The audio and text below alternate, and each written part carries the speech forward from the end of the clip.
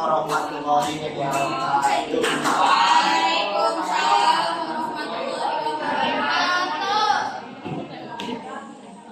Sebelumnya ingin memperkenalkan diri, saya Muhammad Abdi. Dari kelompok kami akan menjelaskan fertilisasi. Fertilisasi adalah proses bertemunya sel sperma dengan sel ovum hingga membentuk zigot. Mekanisme fertilisasi ada 3. Yang pertama, sperma bertemu dengan ovum dalam oviduk dan menembus mantel ovum. Sperma mengenali ovum akibat senyawa fertilisir dan sperma tetap menembus karena karena mempunyai enzim hyaluronidase, dan sperma dapat menembus zona pelusida karena mempunyai enzim protease. Yang kedua, corona radiata mengubah ovum yang telah dibuahi agar tidak dapat dimasuki oleh sperma lain. Dan yang ketiga, terjadi peleburan sperma dan ovum menjadi zigot. Yang selanjutnya ada kemungkinan jenis kelamin anak. Yang pertama, ovum X dan sperma X, jenis kelaminnya perempuan. Sedangkan ovum X dan sperma Y, maka jenis kelaminnya laki-laki. Jumlah laki-laki lebih sedikit daripada jumlah perempuan karena perbedaan kualitas sperma X dan akualisi sperma Y. Yang pertama, sperma X bergerak lambat namun dapat bertahan hidup dalam waktu yang lama sekitar 48 jam. Yang kedua, sperma Y bergerak cepat namun tidak dapat bertahan hidup dalam waktu yang lama, yaitu sekitar 24 jam. Oke, selanjutnya ada kemungkinan jumlah anak yang dikandung. Kemungkinan tunggal adalah satu ovum dibuahi oleh satu sperma. Dan kemungkinan kembar identik atau monozigot, jenis kelamin sama dan mirip. Satu ovum dibuahi satu sperma lalu membelah menjadi 2. Dan kemungkinan terakhir adalah kembar dizigot, jenis kelamin sama atau beda tidak mirip, yaitu 2 ovum berbeda dibuahi oleh 2 sperma yang berbeda juga. Sudah. Ini mungkin sekian dari kelompok kami. Mohon maaf bila ada kekurangan kata. Wassalamualaikum warahmatullahi wabarakatuh. Assalamualaikum warahmatullahi wabarakatuh. Waalaikumsalam.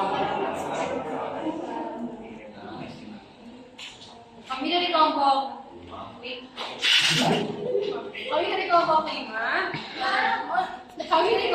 Di sini kami akan menjelaskan mengenai embriogenesis. Sebelumnya, saya Najwa, saya bekerja. Maksudnya ada embriogenesis. Embriogenesis adalah proses pembelahan zigot menjadi embrio. Terdapat 2 mekanisme embriogenesis, yaitu zigot membentuk morula, lalu membentuk blastula dan menjadi gastrula. Di gastrula terjadi lapisan triploblastik atau 3 lapisan, endoderm, ektoderm, mesoderm, dan berakhir menjadi embrio. Lalu ada implantasi, adalah proses peletakan zigot atau fase blastula pada endoderm sehingga menjadi calon bayi yang dapat berkembang. Dan implantasi yaitu meletakkan sel luar blastula atau trophoblast yang membentuk membran kehamilan. Selanjutnya ada selaput pembungkus embrio. Di selaput pembungkus embrio ini ada sapus vitellinus sebagai pembentukan sel embrio dan pembuluh darah, dan juga berfungsi sebagai pengangkut nutrisi. Yang kedua ada korion. Korion membentuk filikorion dan plasenta. Filikorion berfungsi sebagai penghubung pembuluh darah ibu dan embrio. Plasenta berfungsi sebagai pemberi nutrisi. Yang ketiga ada amnion. Amnion membentuk air ketuban dan berfungsi sebagai pelindung embrio. Yang terakhir ada allantois, membentuk tali pusat atau ari-ari dan berfungsi sebagai transportasi.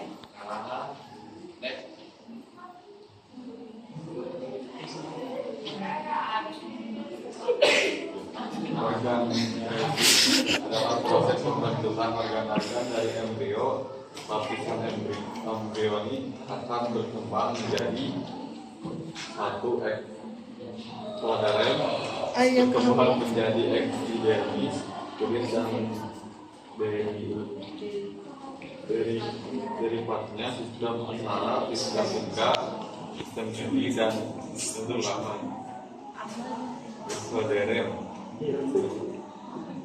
berkembang menjadi dermis, kulit, sistem gerak, sistem sirkulasi, sistem ekspresi, sistem reproduksi, endomer.